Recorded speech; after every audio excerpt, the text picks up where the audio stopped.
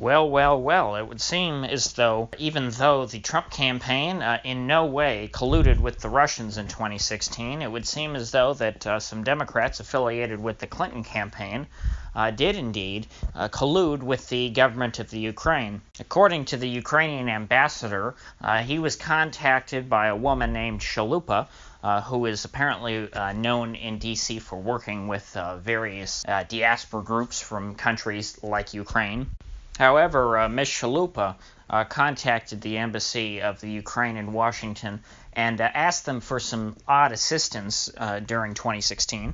According to the ambassador, Ms. Chalupa requested that he gather up some dirt on Paul Manafort, which could be released and, in theory, would hurt the Trump campaign. Now, the ambassador claims that he was rather surprised to hear this from Ms. Chalupa, although he later found out that she apparently is also affiliated with the Democratic National Committee, which would explain her sudden interest in U.S. presidential politics. So what you have here is not a concerned citizen, but rather a DNC insider requesting dirt from a foreign government on a presidential candidate.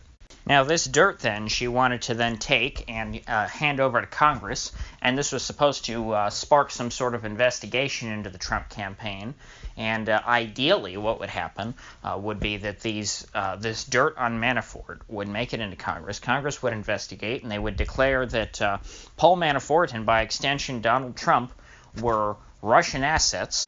And somehow then they would have Trump's name stripped from the ballot in all 50 states, and Hillary would be the winner by default. Now, this sounds like a pretty outlandish scheme to me, because I'm not exactly sure how you can get someone's name removed from the ballot. Now, perhaps they could have him somehow jailed in some way that would disqualify him from taking office were he elected, but I don't see how they could get him off the ballot. Now, as rather extreme as those requests are, Ms. Chalupa did not stop there. She also asked that the Ukrainian President Poroshenko, on his next trip to the U.S., publicly speak out against Manafort and declare him to be a Russian asset to the media. She wanted the leader of a foreign government to come to the U.S. and start taking sides in our election. Very ironic that a so-called Democrat would want to violate the sacredness of our beloved democracy. I mean, personally, I don't care if people in foreign countries decide to comment on the U.S. presidential election. My vote is not going to be swayed by the president of the Ukraine. However, from the party who for years has been obsessed with foreign election meddling in U.S. affairs, I can't exactly ignore the irony here. I mean, I thought it was ironic enough that the Democrats were getting so upset over supposed election meddling in the U.S. by the Russians when the U.S. and Russia have intervened not only in each other's elections, but in elections in countries around the world for literally decades. I thought it was rather hilarious that the Democrats would somehow come out and condemn a long-established practice and use it as an excuse for them losing. But this just adds so much more juice to that, because they clearly were engaged in the same thing themselves. And actually, it seems like they just projected their specific actions onto Donald Trump, which takes a really special kind of sociopath to be able to pull off, especially for, what's it been, 2 years now that they've been on this? More than 2 years? Actually, I guess it's 3, considering that the events in this story that I'm going over now occurred in the spring of 2016.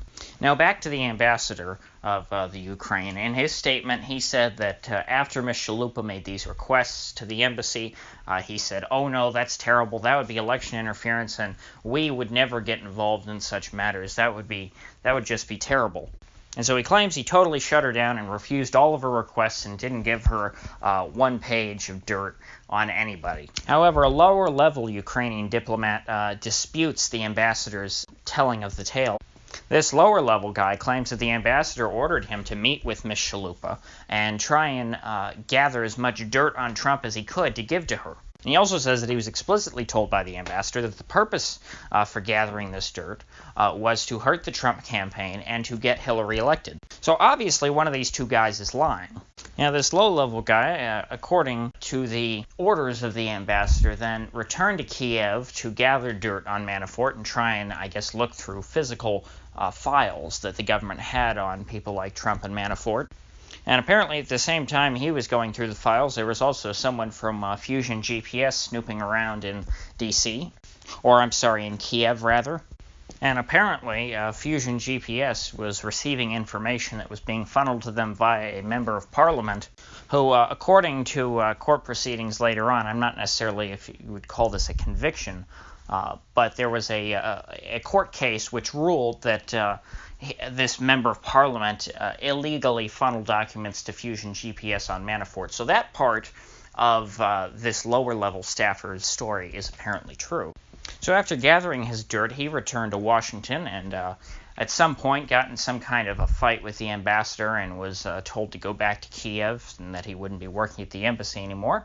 And so he decided to tattletale to the president of the Ukraine, or at least people around him, that the ambassador in Washington was engaging in this election meddling with the Clinton campaign, and he was told that not only is that not a problem that the ambassador would commit such acts, but rather that his actions were approved of at the highest level.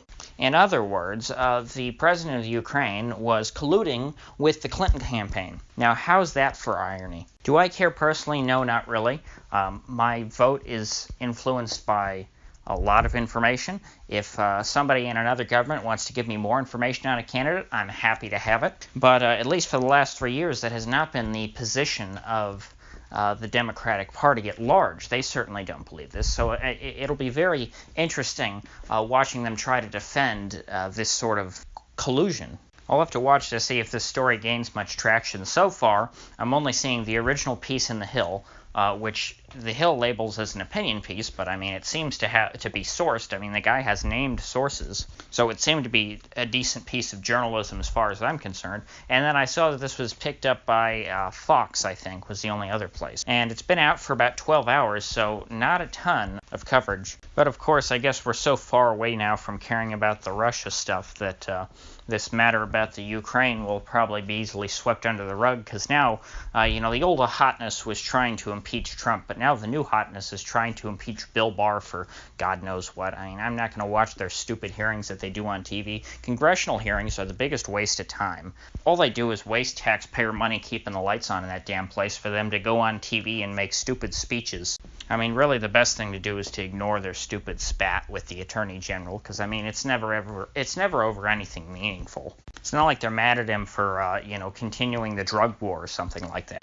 But if you gained anything of value out of this video, I'd appreciate you clicking that like button and subscribing. And if you do subscribe, please do click the bell, because I do upload every day, and I'd hate to have you miss one. So I'll see you folks back here tomorrow.